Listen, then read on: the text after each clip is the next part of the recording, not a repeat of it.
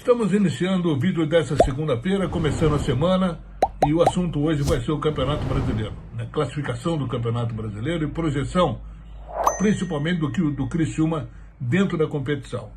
Hoje o campeonato ele se apresenta de uma forma favorável a 3 equipes, aquelas que mais ou menos se esperava pudessem brigar pelo título. Ainda é muito cedo, ainda não completamos o primeiro turno que vai ser encerrado no meio de semana, com vários jogos atrasados, são 9 jogos que ficaram para trás, em função da tragédia no Rio Grande do Sul, as equipes gaúchas e também outras equipes que estavam disputando Copas, Copa do Brasil, Copa Sul-Americana, e isso aconteceu e foi feito para que os jogos fossem adiados. Então são 9 jogos que ainda faltam para a complementação da tabela. Quero ver como é que a CBF vai encaixar esses jogos dentro do calendário. Vai ser um sufoco, né? Porque semana que vem, oitavas de final da Copa do Brasil. Outra semana já começa as oitavas de final da Libertadores. E alguns jogos que foram transferidos têm times que estão disputando essas duas competições. Então, vai ser realmente um problema. E isso se não acontecer uma dificuldade maior e, de repente, outros jogos terem que ser transferidos.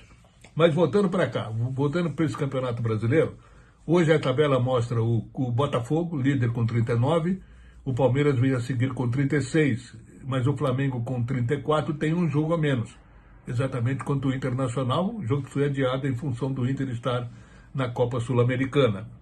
Então, as 3 equipes é que se projetam aí como potencial maior para chegar a brigar lá no final pelo título. Mas tem mais gente vindo, como Fortaleza, por exemplo, que já está na 4ª posição, Fortaleza que vem num crescente dentro do campeonato, fez 2, 3 vitórias seguidas aí, fazendo gols, e isso mostra o Fortaleza um time mais encorpado, né, para poder brigar aí com esses 3 pelo título. Não esquecendo do Atlético Mineiro e o São Paulo, outras equipes, porque tem muita coisa ainda para rolar, mas eu estou falando, nesse momento o campeonato se apresenta desta forma. E dado curioso é que o ano passado, o Botafogo estava, nessa altura, ele estava disparado como líder do campeonato, né? E terminou o primeiro turno com 47 pontos.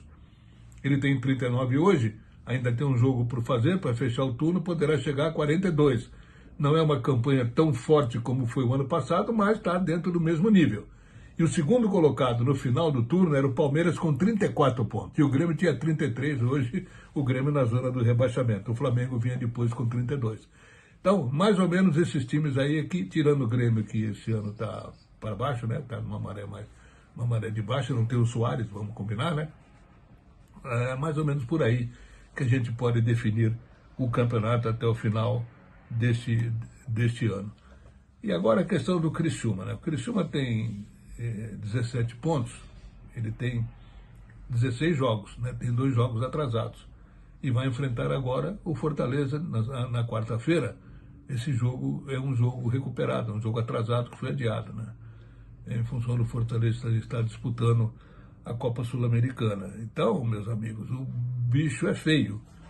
Fortaleza, como eu disse, vem num crescente dentro do campeonato, é uma equipe bem estruturada, tem um treinador de muito tempo por lá, eu sou o Vojvoda, e às vezes exemplo do Tencate, né?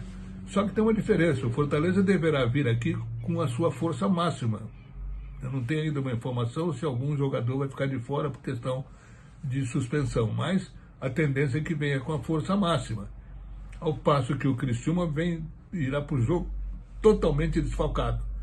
Tem jogadores suspensos, com cartões, tem jogadores lesionados, tem jogadores que não poderão atuar, que vieram emprestados no Fortaleza, que tem a cláusula, tipo o Tobias Figueiredo, tipo o Ronald também, o volante. Então o Tencate vai ter problemas aí para poder montar uma equipe de acordo e coerente com aquilo que ela fez nesses 2 últimos jogos. Porque foram bons jogos, vamos combinar, né? Contra o Corinthians e contra o Flamengo.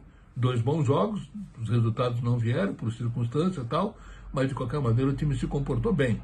Agora, o time desfalcado de jogadores importantes, tipo o Barreto, tipo o Claudinho, o Alano que foi expulso, quer dizer, o Criciúma o Tencate vai ter dificuldades para montar o time. Mas é do campeonato, né? Já era esperado isso, né? O Criciúma não fez força para contratar, teve possibilidade de trazer os jogadores, mas esbarrou na questão financeira, os jogadores foram, a contratação vetada pelo presidente, então é o que tem, né? É o que tem e vai ter que conviver com isso. A menos que surja aí nessa reta final de janela, que ainda tem tempo, né? Mas nessa reta final de janela que surja aí algum negócio e o Criciúma possa se reforçar. E tem uma notícia que é chata, né? Porque tem jogadores da base que não estão sendo aproveitados e que estão sendo alvo de propostas, de possíveis buscas de times lá de fora, de Portugal, da própria Arábia. Eu fico sem entender, né? Se os jogadores estão aí e o Tencate não aproveita, já viu os caras lá de fora para valorizar esses jogadores, na tentativa de levá-los para fazer trabalho por lá.